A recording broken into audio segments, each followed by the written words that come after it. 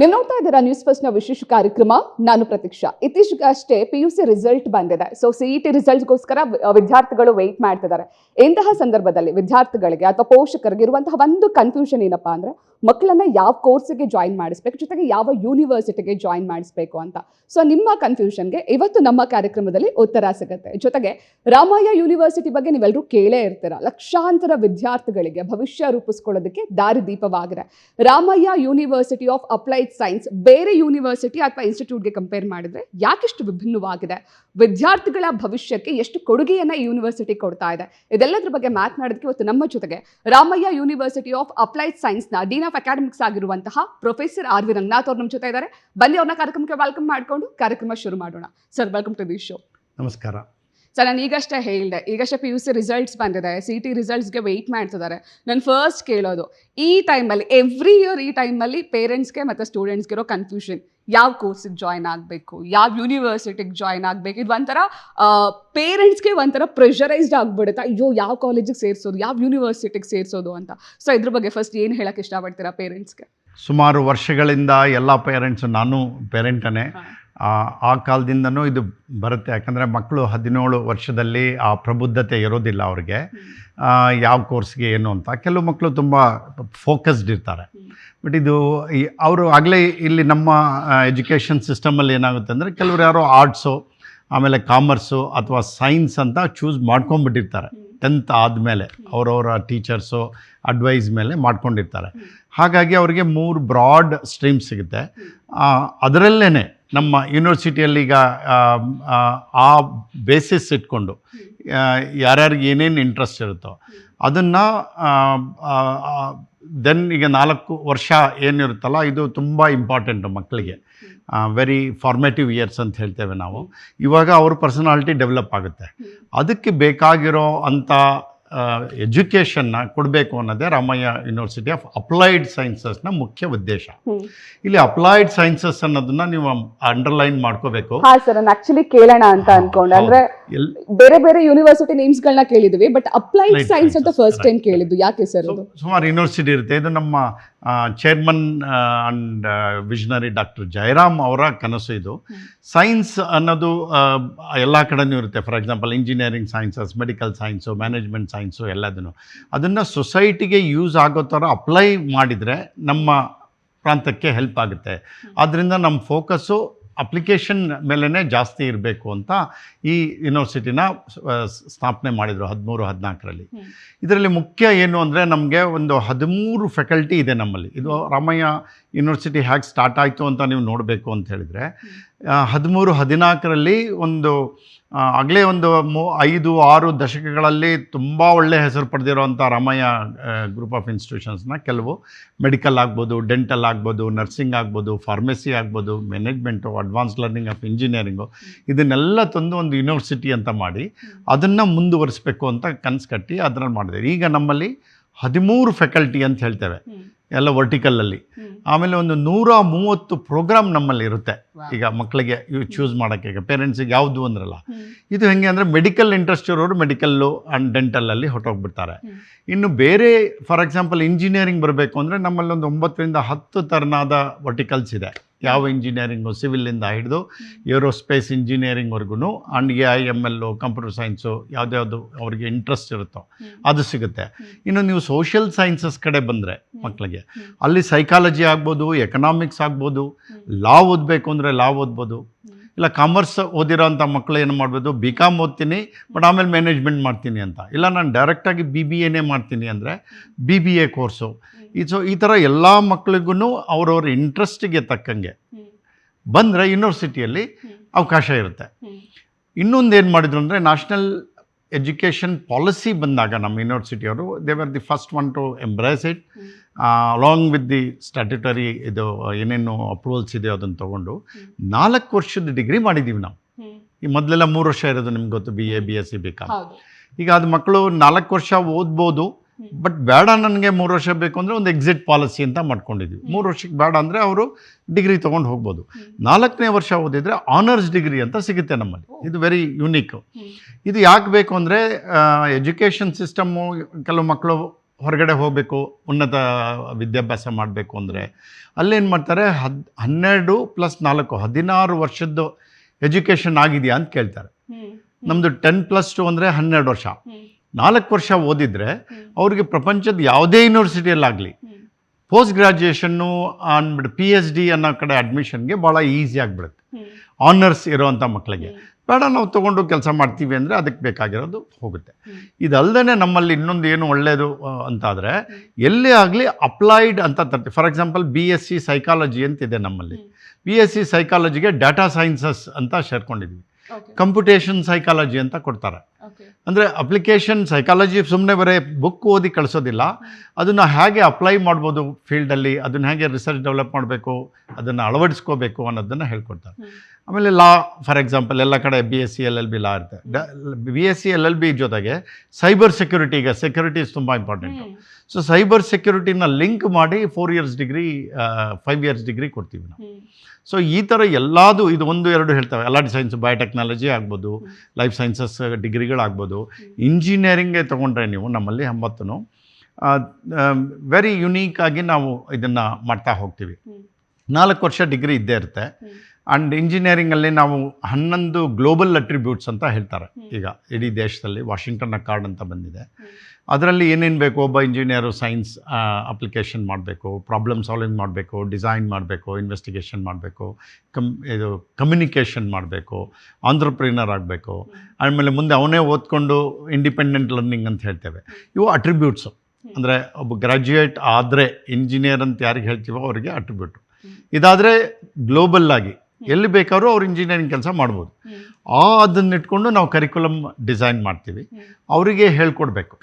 ಇದು ನೀವು ಯಾವುದೇ ಮಕ್ಕಳು, ಇದು ನಮಗೆ ಸೋಷಿಯಲ್ ಸೈನ್ಸಿಗೆ ಬರಲಿ, ಲಾಗ್ ಬರಲಿ, ಮ್ಯಾನೇಜ್ಮೆಂಟಿಗೆ ಬರಲಿ, ಅಲೈಡ್ ಹೆಲ್ತ್ ಸೈನ್ಸಸ್ಸಿಗೆ ಬರಲಿ, ಮೆಡಿಕಲಿಗೆ ಬರಲಿ, ಇಂಜಿನಿಯರಿಂಗ್ ಬರಲಿ, these are all broad faculties. ನಾವು 3 ಭಾಗ ಮಾಡ್ಕೊಂಡಿದ್ದೀವಿ ರಾಮಾಯಣಲ್ಲಿ. ಒಂದು ಬರಬೇಕು, ಬರೋದಕ್ಕೆ ಅವ್ರಿಗೆ ಅವಕಾಶ ಬೇಕು. ಯಾಕೆ ಬರಬೇಕು ಅಂದರೆ Ramaiah is one of the known brand. ಕರ್ನಾಟಕದಲ್ಲಿ ಮನೆ ಮಾತು, ಗ್ಲೋಬಲಿ ಆಲ್ಸೋ ರಾಮಯ್ಯ ವಿದ್ಯಾಸಂಸ್ಥೆಗಳಲ್ಲಿ ಓದಿರೋರು ನಿಮಗೆ ಪ್ರಪಂಚದಲ್ಲಿ ಎಲ್ಲ ಕಡೆ ಸಿಗ್ತಾರೆ. ಅವ್ರಿಗೆ ಬ್ರ್ಯಾಂಡ್ ಸಿಕ್ಬಿಡುತ್ತೆ. ನಂಬರ್ 2 ಬಂದ ಮೇಲೆ ಸುಮಾರು ಸ್ಕಾಲರ್ಶಿಪ್ ಅಂತೇನಿದೆಯಲ್ಲ, ಇದು ಫಿಲಾಂಥ್ರಫಿಕ್ ಆಗಿ ನಡ್ಸ್ಕೊಂಡ್ಬರ್ತಾರೆ, ಅದನ್ನು ಇಟ್ಕೊಂಡಿದ್ದಾರೆ. ಬಂದ ಮೇಲೆ ಒಳ್ಳೆ education. So state of the art facilities ಇರುತ್ತೆ. ನಿಮ್ಗೆ ಕ್ಲಾಸ್ ರೂಮ್ ಆಗ್ಬೋದು, ಲ್ಯಾಬೊರೇಟ್ರೀಸ್ ಆಗ್ಬೋದು, ಟೀಚರ್ಸ್ ಆಗ್ಬೋದು. ಅದು ಎಲ್ಲ ಥರದಲ್ಲೂ ಅವರ ವಿದ್ಯಾಸಂಸ್ಥೆ ಹೆಸರಿಗೆ ತಕ್ಕಂಗೆ ಒಳ್ಳೆ ಇದು ಸಿಗುತ್ತೆ ಅವ್ರಿಗೆ. ಈ 4 ವರ್ಷ ತುಂಬ ಇಂಪಾರ್ಟೆಂಟ್ ಅಂದ್ವಿ ನಾವು. We value that 4 years of the graduation ಮಕ್ಕಳಿಗೆ. ಆ ಟೈಮಲ್ಲಿ ಏನೇನು ಹ್ಯಾಂಡ್ ಹೋಲ್ಡ್ ಮಾಡಬೇಕು ಅದಕ್ಕೆ ಬೇಕಾಗಿರೋದು ಒಂದು ಕ್ಲಾಸ್ ರೂಮ್ ಪಾಠ. ಎಲ್ಲ ಕಡೆ ಎಲ್ಲ ವಿದ್ಯಾಸಂಸ್ಥೆಗಳು ಒಳ್ಳೆಯದೇ, ಚೆನ್ನಾಗಿ ಮಾಡ್ತಾರೆ, ಇಲ್ಲ ಅಂತಲ್ಲ, ಟೀಚರ್ಸ್ ಎಲ್ಲ ಕಡೆನೂ ಒಳ್ಳೆಯವರೇ. ಅದಲ್ಲದೆ ನಾವು ಇನ್ನೇನು ಅವ್ರನಿಗೆ ಪ್ರಬುದ್ಧತೆ ಮಾಡೋಕ್ಕೆ ಏನು ಮಾಡ್ತೀವಿ ಅನ್ನೋದು ಮುಖ್ಯ ಆಗುತ್ತೆ. ಅದಕ್ಕೋಸ್ಕರ ಕೆಲವು ಸಪ್ರೇಟ್ ಪ್ರೋಗ್ರಾಮ್ಸ್ ಇದೆ ನಮ್ಮಲ್ಲಿ. ಬ್ಯಾಬ್ಸನ್ ಯೂನಿವರ್ಸಿಟಿ ಆ್ಯಂಡ್ ಹೊರಗಡೆಗೆ ಟೆಕ್ಸಾಸ್ ಇರ್ಬೋದು, ಫಾರಿನ್ ಯೂನಿವರ್ಸಿಟಿಯಲ್ಲಿ ಒಳ್ಳೊಳ್ಳೆದೇನಿದೆಯೋ, ಗೆಂಟ್ ಯೂನಿವರ್ಸಿಟಿ ಹೆಲ್ತ್ ಸೈನ್ಸಸ್ಗೆ, ಈ ಥರ ಸುಮಾರು ಕೊಲಾಬ್ರೇಷನ್ನು, ಒಂದು 230 ಇಂಡಸ್ಟ್ರಿ ಕೊಲಾಬ್ರೇಷನ್ಸ್ ಇರುತ್ತೆ ಎಲ್ಲ ಬೇರೆ ಬೇರೆ ಸಂಸ್ಥೆಗಳಿಗೆ. ಅವ್ರಿಗೆ ಬಂದಾಗ ಮಕ್ಕಳು ಯಾರ್ಯಾರು ಏನು ಮಾಡಬೇಕು ಅಂತಾರೋ, ಯಾರೋ ಆಂಟ್ರಪ್ರಿನರ್ ಆಗಬೇಕು. ಸೊ ಆಂಟ್ರಪ್ರಿನರ್ದು ಮೂರು ಇದ್ರದ್ದು ಕೋರ್ಸ್ ಇರುತ್ತೆ. ಅದಲ್ಲದೆ ಅವ್ರು ಮಾಡಬೇಕು ಅಂದರೆ ನಮ್ಮಲ್ಲಿ ಇನ್ಕ್ಯುಬೇಷನ್ ಸೆಂಟರ್ ಅಂತ ಇರುತ್ತೆ. ಅವ್ರು ಏನಾದರೂ ಬಿಸ್ನೆಸ್ ಐಡಿಯಾ ತೊಗೊಂಬಂದರೆ ಅದಕ್ಕೆ ನಮ್ಮ pro wise chancellor doctor Kadambi ಅಂತಿದ್ದಾರೆ, ಅವರು ಮುಂದೆ ಬಂದು ಅವ್ರಿಗೆ ಏನು ಮಾಡಬೇಕು ಏನು ಅಂತ ಹೇಳ್ತಾರೆ. ಅದು ಫ್ರೀ ಇರುತ್ತೆ. ಆ ಟೆಕ್ನಾಲಜಿ ಹ್ಯಾಂಡ್ ಹೋಲ್ಡಿಂಗ್ ಅಂತೇವೆ ನಾವು, ಆ ಥರ ಮಕ್ಕಳಿಗೆ ಎನ್ಕರೇಜ್ಮೆಂಟ್ ಇರುತ್ತೆ. ಇನ್ನು ಬೇಡ ನಮಗೆ ಬರೀ ಪ್ಲೇಸ್ಮೆಂಟೇ ಬೇಕು ಅಂತಾದರೆ ಅವ್ರಿಗೆ 5ನೇ ಸೆಮಿಸ್ಟ್ರು ಅಥವಾ 3ನೇ ವರ್ಷದಲ್ಲೇ ಈಗ ಹೇಗೆ ಕ್ವಾಂಟಿಟೇಟಿವ್ ಅನಾಲಿಸಿಸ್ ಮಾಡಬೇಕು ಅದನ್ನೆಲ್ಲ ಟ್ರೈನಿಂಗ್ ಕೊಟ್ಟು ಅವ್ರಿಗೆ ಪ್ಲೇಸ್ಮೆಂಟಿಗೆ ಏನು ಬೇಕೋ ಪ್ಲೇಸ್ಮೆಂಟಿಗೂ ತಯಾರಿ ಕೊಡ್ತಾರೆ. ಇದಲ್ಲದೆ ಯಾರಾದರೂ ಇಲ್ಲ ನಾವು ಹೈಯರ್ ಎಜುಕೇಷನ್ಗೆ ಹೋಗ್ತೀವಿ ಅಂದರೆ ನಮ್ಮ ಹತ್ರ ಆಗಲೇ ಕೊಲಾಬರೇಟಿವ್ ಯೂನಿವರ್ಸಿಟೀಸ್ ಇದೆ. ನಮಗೆ ಕನ್ಸೆಷನ್ ಇರುತ್ತೆ. ಆ ಮಕ್ಕಳು ವೆರಿ ಮಿನಿಮಲಲ್ಲಿ ಸಮ್ಮರ್ ಟ್ರೈನಿಂಗೇ ಹೋಗ್ಬೋದು, 3ನೇ ವರ್ಷದಲ್ಲೇ ಹೋಗ್ಬೋದು, 2ನೇ ವರ್ಷದಲ್ಲೇ ಹೋಗ್ಬೋದು. ಹೋಗಿ ಬಂದಾಗ ಏನಾಗುತ್ತೆ, ಒಬ್ಬರು ಒಂದು ಮಗು 3ನೇ ವರ್ಷದಲ್ಲೇ ಹೋಗಿ ಬಂದರೆ ಅವ್ರಿಗೆ ವೀಸಾ ಆಗಿಬಿಡ್ತು, ಫಾರಿನ್ನಿಗೆ ಹೋಗಿ ಬಂದರು, ಕಮ್ಯುನಿಕೇಷನ್ ಆಗೋಯ್ತು. ಸೊ ಅವ್ರದ್ದು ಮಾಸ್ಟರ್ಸಲ್ಲಿ ಅವ್ರದ್ದು ಅಪ್ಲಿಕೇಶನ್ ಸ್ಕ್ರೂಟಿನಿ ಮಾಡುವಾಗ ಆ ಯೂನಿವರ್ಸಿಟಿಯವರು ಇದನ್ನೆಲ್ಲ ನೋಡ್ತಾರೆ. ಬರೀ ಡಿಗ್ರಿ, ಬರೀ ಪರ್ಸೆಂಟೇಜ್ ನೋಡೋದಿಲ್ಲ. ಅದೆಲ್ಲ ಏನು ಬೇಕೋ ಅದನ್ನೆಲ್ಲ ನಮ್ಮ ಕಡೆಯಿಂದ ಸಪೋರ್ಟ್ ಇರುತ್ತೆ. ಅದನ್ನು ಅಳವಡಿಸ್ಕೊಂಡು ರಾಮಯ್ಯ ಯೂನಿವರ್ಸಿಟಿಯಲ್ಲಿ ಸ್ಟೂಡೆಂಟ್ ಸೆಂಟ್ರಿಕ್ ಅಂತೇವೆ ನಾವು. ಅಂದರೆ ಮಕ್ಕಳಿಗೋಸ್ಕರನೇ ನಮ್ಮ ಪಾಲಿಸೀಸು, ಮಕ್ಕಳಿಗೋಸ್ಕರನೇ ರೂಲ್ಸ್ ರೆಗ್ಯುಲೇಷನ್ ಇಲ್ದಂಗೆ ಏನು ಮಾಡೋಕ್ಕಾಗೋದಿಲ್ಲ. ಇದಲ್ಲದೆ ನಮಗೆ India is heavily governed by statutory organisation ಅಂತೀವಿ. ಅದ್ರಾಗೆ national medical council, all India council for technical education, dental council, ಅವು ಪಾರ್ಲಿಮೆಂಟಿಂದ ಬಂದಿರೋದು. ಅವ್ರು ಏನಾದರೂ ಹೇಳಿದರೆ ಅದನ್ನು ನಾವು ಫಾಲೋ ಮಾಡಲೇಬೇಕು. ಅದನ್ನು ಮಾಡ್ತೀವಿ ನಾವು. ಯಾವುದನ್ನು ರಾಮಯ್ಯ ಯೂನಿವರ್ಸಿಟಿಯಲ್ಲಿ ದಾಟಿ ಹೋಗೋದಿಲ್ಲ ಆ ಗೆರೆಗಳನ್ನ. ಹಾಗಾಗಿ ಆಮೇಲೆ ಇಲ್ಲಿ ಬೇಕಾಗಿರೋ ಅಪ್ರೂವಲ್ಸ್ ಸ್ಟೇಟ್ ಗೌರ್ಮೆಂಟಲ್ಲಿ ಆಗ್ಬೋದು, ಕರ್ನಾಟಕ ಸ್ಟೇಟ್ ಹೈಯರ್ ಎಜುಕೇಷನ್, ಅವ್ರ ಅಪ್ರೂವಲ್ ಇಲ್ಲದೆ ಯಾವ ಕೋರ್ಸ್ನ ನಾವು ಸ್ಟಾರ್ಟ್ ಮಾಡೋದಿಲ್ಲ. ಇನ್ನು ಕೆಲವು ಯೂನಿವರ್ಸಿಟಿಯಲ್ಲಿ ಇಂಜಿನಿಯರಿಂಗು ನೀವು AICTಗೆ ಹೋಗ್ಬೋದು, ಹೋಗ್ದೇನೂ ಇರ್ಬೋದು, all India council for technical. ನಮ್ಮ ಯೂನಿವರ್ಸಿಟಿಯಲ್ಲಿ ಎಲ್ಲ ಪ್ರೋಗ್ರಾಮು AICT ಅಪ್ರೂವಲ್ ಇಲ್ಲದೇ ನಾವು ಆಫರ್ ಮಾಡೋದೇ ಇಲ್ಲ. ಯಾಕಂದರೆ ನಾಳೆ ಹುಡುಗರಿಗೆ ಮಕ್ಕಳಿಗೆ ತೊಂದರೆ ಆಗಬಾರ್ದು. ಡಿಗ್ರಿ ಈಗ ಕ್ವಾಲಿಟಿ ಆಫ್ ಎಜುಕೇಷನ್ ಒಂದೊಂದು ಕಡೆಯಿಂದ ಒಂದೊಂದು ಇನ್ನೂ ಒಳ್ಳೆಯ ವಿದ್ಯಾಸಂಸ್ಥೆಗಳು ಇರ್ಬೋದು, ಬಟ್ ಬೇಸಿಕ್ ಡಿಗ್ರಿಗೆ ತೊಂದರೆ ಆಗಬಾರ್ದು. ಅದು ನಮ್ಮ ಯೂನಿವರ್ಸಿಟಿಯಲ್ಲಿ ಯಾವುದೇ ಥರನಾದ ತೊಂದರೆ ಇರಲ್ಲ. ಹಾಗಾಗಿ ಬ್ರ್ಯಾಂಡಿಂಗ್ ಇರುತ್ತೆ, ಸೇಫಾಗಿ ಓದ್ಬೋದು ಮಕ್ಕಳು, ಆ್ಯಂಡ್ ಒಳ್ಳೆ ಇದು ಇರುತ್ತೆ. ಆಮೇಲೆ ಪಿಯರ್ ಗ್ರೂಪ್ ಅಂತೀವಿ. ಈ ವಯಸ್ಸಲ್ಲಿ ಮಕ್ಕಳಿಗೆ ಒಂದು ನಾವು ಟೀಚರ್ಸ್ ಹೇಳೋದು ಒಂದು ಥರ ಆದರೆ ಅವ್ರ ಸುತ್ತ ಮಕ್ಕಳ ಜೊತೆ ಅವ್ರು ತುಂಬ ಕಲಿತಾರೆ. ನಿಮಗೂ ಅನುಭವ ಆಗಿರುತ್ತೆ, ನಮ್ಮ ಫ್ರೆಂಡ್ಸ್ ಮೇಲೂ ಡಿಪೆಂಡ್ ಆಗುತ್ತೆ. ಸೊ ಆ ಪಿಯರ್ ಗ್ರೂಪು ಒಳ್ಳೆ ಗ್ರೂಪು ಸಿಗುತ್ತೆ ನಮ್ಮ ವಿದ್ಯಾಸಂಸ್ಥೆಯಲ್ಲಿ. ಸೊ ಅದನ್ನು ನರ್ಚರ್ ಮಾಡ್ತಾರೆ ಟೀಚರ್ಸು, ಅದನ್ನು ಇಟ್ಕೊಂಡು. ಸೊ ಅವ್ರಿಗೆ ಏನೇನು ಬೇಕೋ ಅದನ್ನು ಹೇಳ್ಕೊಡ್ತಾರೆ. ಸೊ ಮಕ್ಕಳಿಗೆ ಯಾವುದೇ ಇಂಟ್ರೆಸ್ಟ್ ಇರಲಿ, ಸೇರುವಾಗ ಅದು ಡಿಸಿಷನ್ ಇನ್ನೂ ಆ ಪೇರೆಂಟ್ಸ್ಗೆ ನಾವು ತುಂಬ ಇನ್ಫ್ಲುಯೆನ್ಸ್ ಮಾಡೋದಿಲ್ಲ. ಬಟ್ ಬಂದ ಮೇಲೆ ಅಲ್ಲಿಂದ ಮುಂದೆ ಹೋಗ್ಬೋದು. ಬಟ್ ನಮ್ಮ ಯೂನಿವರ್ಸಿಟಿಯಲ್ಲಿ ಎಲ್ಲ ಒಂದೇ ಕಡೆ ಇವೆಲ್ಲ ಇರೋದ್ರಿಂದ ಅವ್ರೇನಾದರೂ ಚೇಂಜ್ ಮಾಡ್ಕೋಬೇಕು ಅಂದ್ರೂ ಒಂದು ಅವಕಾಶ ಇರುತ್ತೆ. ಈ ಬೇರೆ ಕಡೆ ಆದರೆ ಎಂಟೈರ್ಲಿ ಡಿಫ್ರೆಂಟು. ಯೂನಿವರ್ಸಿಟಿಯಲ್ಲಿ ಪಕ್ಕದಲ್ಲೇ ಯಾವ್ದಾರ ಕೋರ್ಸು, ಇನ್ನೊಂದು ಯಾವ್ದಾರ ಎಕನಾಮಿಕ್ಸ್ ಅಂತ ತೊಗೊಂಡಿರ್ತಾರೆ, ತುಂಬ ಇಂಟ್ರೆಸ್ಟ್ ಆಗಲಿಲ್ಲ ಅಂದರೆ ಕೆಲವು ಸೈಕಾಲಜಿ ಕೋರ್ಸ್ ಜಾಸ್ತಿ ಮಾಡ್ಕೋಬೋದು, ಮ್ಯಾನೇಜ್ಮೆಂಟ್ ಕೋರ್ಸ್ ಜಾಸ್ತಿ ಮಾಡ್ಕೋಬೋದು, ಅದರಲ್ಲೇ ಎಕ್ಸ್ಪರ್ಟೈಸ್ ತೊಗೊಂಡು ಮುಂದೆ ಹೋಗ್ಬೋದು MBAಗೆ. ಈ ಅವಕಾಶಗಳು ನಮ್ಮ ರಾಮಾಯಣದಲ್ಲಿ ಇರುತ್ತೆ. ಸರ್, ನನಗೆ ಇಷ್ಟೊತ್ತು ನಿಮ್ಮ ಮಾತನ್ನು ಕೇಳಿಸ್ಕೊಂಡ್ಮೇಲೆ ನನಗೆ ಅನಿಸಿದ್ದು, ರಾಮಯ್ಯ ಅನ್ನೋದು ಏನಕ್ಕೆ ಅಷ್ಟು ದೊಡ್ಡ ಬ್ರ್ಯಾಂಡ್ ಆಗಿದೆ, ಜೊತೆಗೆ ಯಾಕೆ ಎಲ್ಲ ಸ್ಟೂಡೆಂಟ್ಸು ಮತ್ತು ಪೇರೆಂಟ್ಸು ರಾಮಯ್ಯ ಯೂನಿವರ್ಸಿಟಿಯಲ್ಲೇ ಸೀಟ್ ಬೇಕು ಅಂತ ಕೇಳ್ತಾರೆ ಅನ್ನೋದು ಇವಾಗ ನಿಮ್ಮ ಮಾತು ಕೇಳಿದ್ಮೇಲೆ ನನಗೆ ಗೊತ್ತಾಯಿತು. ಇನ್ನು ಇವಾಗ ಇಂಜಿನಿಯರಿಂಗ್ ಮತ್ತು ಮೆಡಿಕಲ್ ಬಗ್ಗೆ ಮಾತನಾಡೋದಾದರೆ, ಇತ್ತೀಚಿನ ದಿನಗಳಲ್ಲಿ ಗ್ಲೋಬಲ್ ಟ್ರೆಂಡ್ ಯಾವ ರೀತಿ ಆಗಿದೆ ಸರ್? ಇಂಜಿನಿಯರಿಂಗ್ ಆಗಿರಲಿ, ಮೆಡಿಕಲ್ ಆಗಿರಲಿ, ಅಥವಾ ಅಪ್ಲೈಡ್ ಹೆಲ್ತ್ ಸೈನ್ಸ್ ಆಗಿರ್ಬೋದು, ಈ ವಿಚಾರಗಳಲ್ಲಿ. ಸೊ ಎರಡೂ ಇಂಜಿನಿಯರಿಂಗ್ ಆ್ಯಂಡ್ ಮೆಡಿಕಲ್ ಎರಡು ಒಟ್ಟಿಗೆ ಮಾತಾಡ್ತೀನಿ. ಗ್ಲೋಬಲ್ ಟ್ರೆಂಡ್ ಅಂದರೆ ನಮಗೆ ಈಗ ಟೆಕ್ನಾಲಜಿ ಇಂಟಗ್ರೇಷನ್ ಅಂತೀವಿ. ಈಗ ಇಂಜಿನಿಯರಿಂಗಲ್ಲಾಗಲಿ, ಈಗ 10 ವರ್ಷದ ಹಿಂದೆ ಇರೋ ಇಂಜಿನಿಯರಿಂಗಿಗೂ 10 ವರ್ಷ ಹಿಂದೆ ಇರೋ ಮೆಡಿಕಲ್ ಎಜುಕೇಷನ್ಗೂ ತುಂಬ ವ್ಯತ್ಯಾಸ ಇದೆಯಾ? ಇದೆ. ಆವಾಗ ನಾವೇನು ಟ್ರೆಡಿಷನಲ್ಲಾಗಿ ಕೆಲವು ಕೋರ್ಸಸ್ ಏನು ಪಾಠ ಮಾಡ್ತಿದ್ವಲ್ಲ, ಅದು ಇಲ್ಲಿಗೆ ಬೇಕಾಗಿರೋ ಡಿಮ್ಯಾಂಡ್ಸ್ ಬಗ್ಗೆ ಮಾಡ್ತಾಯಿದ್ವಿ. But fundamental knowledge remains the same. ಈಗ ಯಾರೋ ಒಬ್ಬರಿಗೆ ಒಬ್ಬ ಪ್ರೊಫೆಷ್ನಲ್ ಆಗಬೇಕು ಅಂತಾದರೆ, ಇಂಜಿನಿಯರ್ ಆಗಲಿ, ಮೆಡಿಕಲ್ ಆಗಲಿ, ಡೆಂಟಲ್ ಆಗಲಿ, 3 ಮುಖ್ಯ. ಒಂದು ನಾಲೆಜು, ಕಾಗ್ನಿಟಿವ್ ಅಂತ ಹೇಳ್ತೇವೆ, ನಾವೇನೇನು ಶತಮಾನಗಳಿಂದ ಡೆವಲಪ್ ಆಗಿರೋ ಅಂಥ ನಾಲೆಜ್ ಪುಸ್ತಕಗಳಲ್ಲಿ ಇರುತ್ತೆ, ಅದನ್ನು ನಾವು ಹೇಳ್ಕೊಡ್ಬೋದು. ಇನ್ನೊಂದು ಸ್ಕಿಲ್ಲು. ಬರೀ ನಾಲೆಡ್ಜ್ ಇದ್ದರೆ ಉಪಯೋಗ ಇಲ್ಲ. ಬರೀ ಅಂದರೆ ನಾನು ಹೇಗೆ ಹೇಳಬೇಕು ಅಂದರೆ, ಈಗ ನಿಮಗೆ ಸ್ವಿಮ್ಮಿಂಗ್ ಬಗ್ಗೆ ಬೆಸ್ಟು ಸ್ಟ್ರೇಟರ್ ಫೆಲ್ಪ್ಸ್ ಇಟ್ಕೊಂಡು ಅಥವಾ ಹೇಗೆ ಸ್ವಿಮ್ಮಿಂಗ್ ಮಾಡ್ತಿದ್ದ ಅಂತ ನಿಮಗೆ 4 ಪೇಜ್ ಬರೆದು ಕೊಡ್ಬೋದು. ಓದಿದ ತಕ್ಷಣ ನಿಮ್ಮನ್ನು ಸ್ವಿಮ್ಮಿಂಗ್ ಪೂಲ್ಗೆ ಹಾಕಿದರೆ ಸ್ಟ್ರೇಟರ್ ಫೆಲ್ಪ್ಸ್ ಥರ ತಾವು ಸ್ವಿಮ್ ಮಾಡೋಕ್ಕಾಗೋದಿಲ್ಲ. ಸೊ ಒಂದು ಸ್ಕಿಲ್ ಅಂತ ಇರುತ್ತೆ. ಅದಾದಮೇಲೆ ಅದನ್ನು ಮಾಡುವಾಗ ಆ ಭಕ್ತಿ ಬರಬೇಕು, ಭಾವನೆ ಅಂತೀವಿ, ಎಮೋಟಿವ್. ಸೊ ಈ 3 ಸೇರಿಸ್ಕೊಂಡು ಎಜುಕೇಷನ್ ಮಾಡಬೇಕು ಅಂತ ಒಂದು ನಾಲೆಜ್ ಬಂದಿದೆ ಈಗ ನಮಗೆ. ಹಾಗಾಗಿ ನಾಲೆಜ್ ಪಾರ್ಟ್ ಇದ್ದೇ ಇರುತ್ತೆ. ಮೆಡಿಕಲ್ಲು ಅಥವಾ ಅಲೈಡ್ ಹೆಲ್ತ್ ಮಕ್ಕಳಿಗೆ ಅನಾಟಮಿ ಎಲ್ಲ ಹಾಗೆ ಕಲಿಸೋದು. ಇಂಜಿನಿಯರಿಂಗಲ್ಲೂ ಫಂಡಮೆಂಟಲ್ ಏನಿರುತ್ತೋ ಅದನ್ನೇ 6th century ಮ್ಯಾಥಮೆಟಿಕ್ಸ್ ಇಟ್ಕೊಂಡು ಹೇಳ್ಕೊಡ್ತೀವಿ. ಈಗ ಜೊತೆಗೆ ಸುಮಾರು ಒಂದು 30% ಆಫ್ ದಿ ಕೋರ್ಸಸ್ ನಾವೇನು ಹೇಳ್ತೀವಲ್ಲ, ಎಮರ್ಜಿಂಗ್ ಟ್ರೆಂಡ್ಸು. ಈಗ ಯಾವ್ದು ಬೇಕು, ನೆಸ್ಸರಿ ಹೆಲ್ತ್ ಬೇಕು ಅಂದರೆ ನಾವು ಯಾವ ಥರ ಪೇಷಂಟ್ನ ಕೇರ್ ಮಾಡಬೇಕು.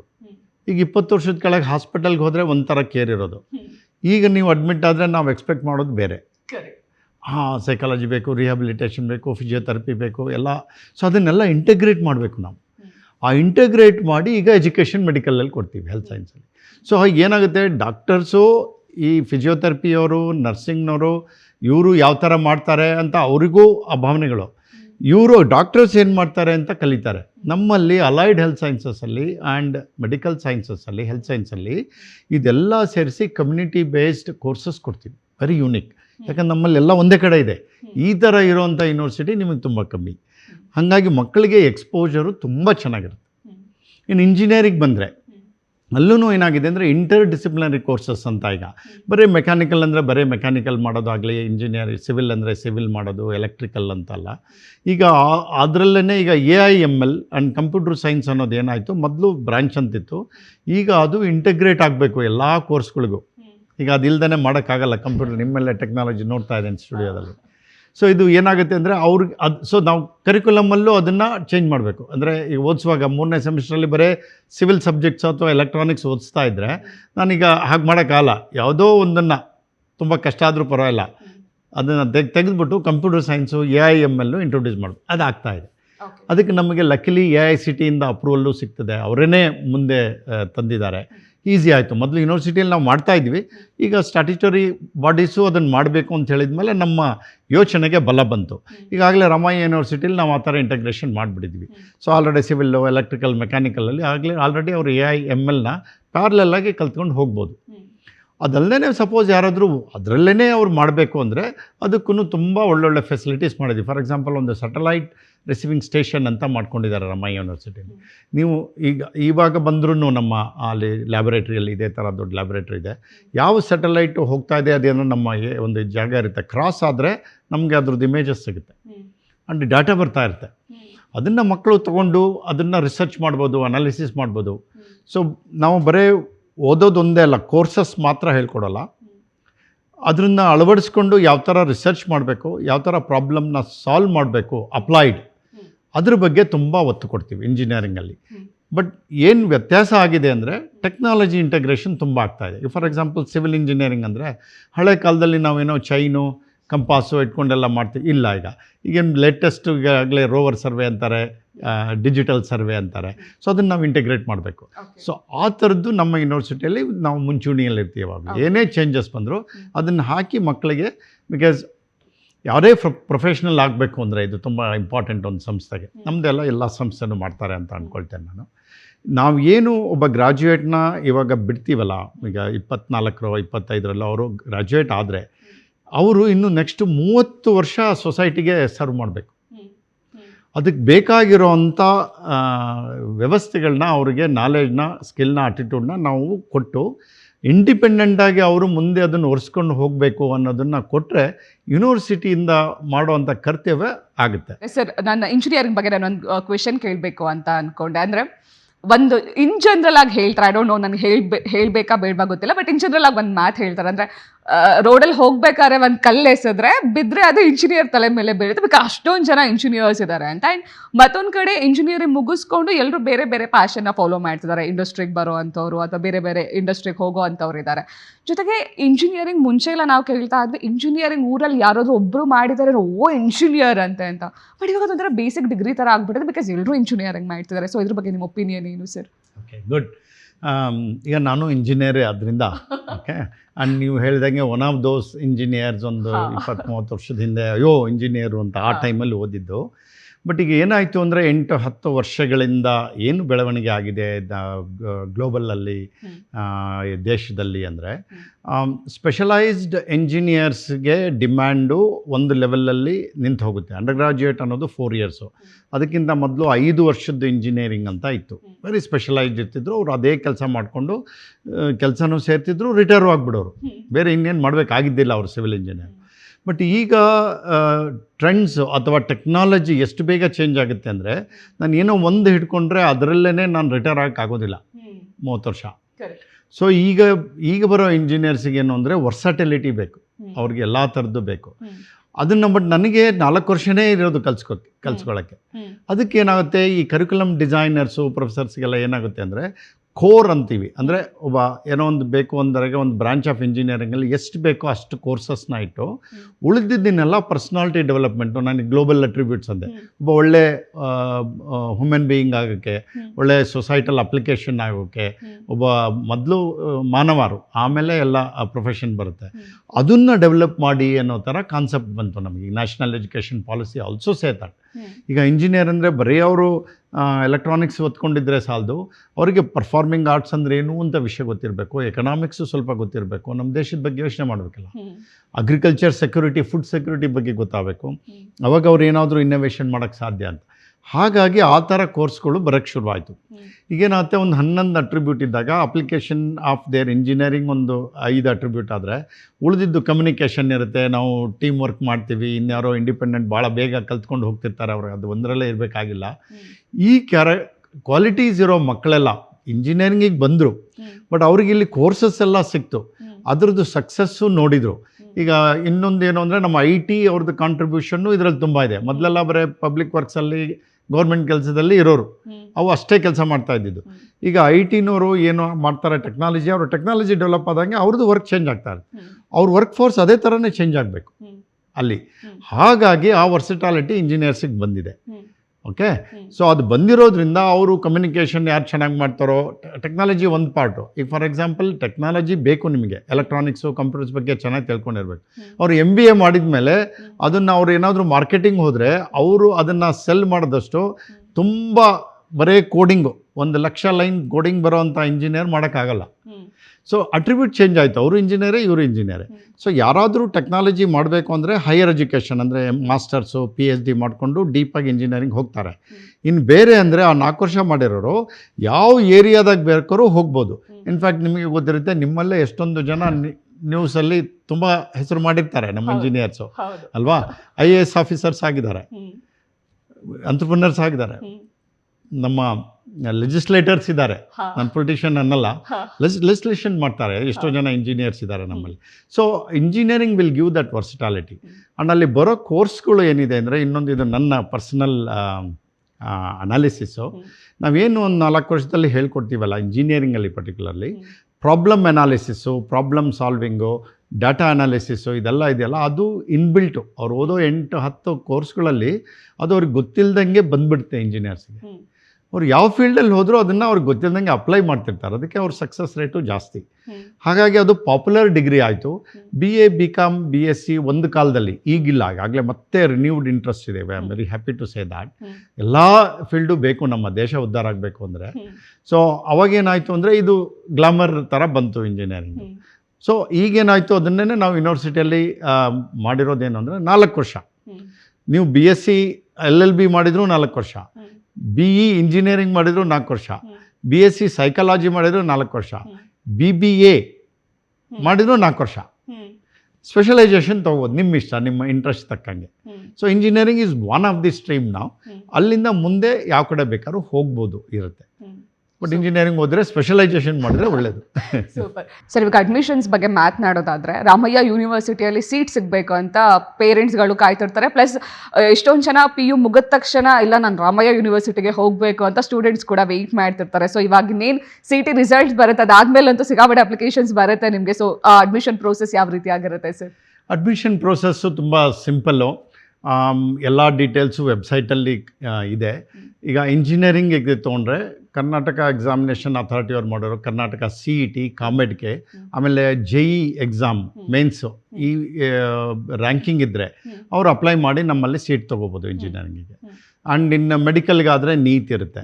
ಇನ್ನು ಬೇರೆ ನಮ್ಮ ಮ್ಯಾನೇಜ್ಮೆಂಟ್ ಕೋರ್ಸ್ ಆಗ್ಬೋದು, ಸೈಕಾಲಜಿ, LLB ಎಲ್ಲ ಉಳಿದ ಕೋರ್ಸ್ಗಳಿಗೆ ರುವಾಸ್ನವ್ರದ್ದು ಒಂದು ಎಂಟ್ರಾನ್ಸ್ ಎಕ್ಸಾಮ್ ಮಾಡ್ತಾರೆ, RUS AT ಅಂತ ಹೇಳ್ತೇವೆ. ಅದನ್ನು ಅವ್ರ ಎಕ್ಸಾಮ್ ತೊಗೊಂಡು ಅಡ್ಮಿಷನ್ನು ತೊಗೋಬೋದು. Admission process is already start ಆಗಿದೆ. ಆನ್ಲೈನ್ನಲ್ಲೇ ಅಪ್ಲಿಕೇಶನ್ ಇರುತ್ತೆ, ಅದನ್ನು ಫಿಲಪ್ ಮಾಡಿಬಿಟ್ಟು ನಮ್ಮ ಅಡ್ಮಿಷನ್ ಟೀಮ್ ಅವ್ರಿಗೆ ಎಲ್ಲ ಥರದ್ದು ಹೆಲ್ಪು ಮಾಡ್ತಾರೆ. ಸೊ ಅಡ್ಮಿಷನ್ ನೀವು ಆನ್ಲೈನಲ್ಲಿ ಹೋದರೆ ಉಳಿದಿದ್ದೆಲ್ಲ ಡೀಟೇಲ್ಸು ಸಿಗುತ್ತೆ. Okay sir, thank you so much ನಮ್ಮ ಕಾರ್ಯಕ್ರಮಕ್ಕೆ ಬಂದು ಇಂಜಿನಿಯರಿಂಗ್ ಬಗ್ಗೆ ತುಂಬ ನಾಲೆಜ್, ತುಂಬ ಇನ್ಫಾರ್ಮೇಷನ್ ಅನ್ನು ತಿಳಿಸ್ಕೊಟ್ರು. ಜೊತೆಗೆ ನಿಮ್ಮ ರಾಮಯ್ಯ ಯೂನಿವರ್ಸಿಟಿ ಯಾಕಷ್ಟು ದೊಡ್ಡ ಬ್ರ್ಯಾಂಡ್ ಆಗಿದೆ ಅನ್ನೋದ್ರ ಬಗ್ಗೆ ತಿಳಿಸ್ಕೊಟ್ರು. Thank you so much sir. Thank you very much.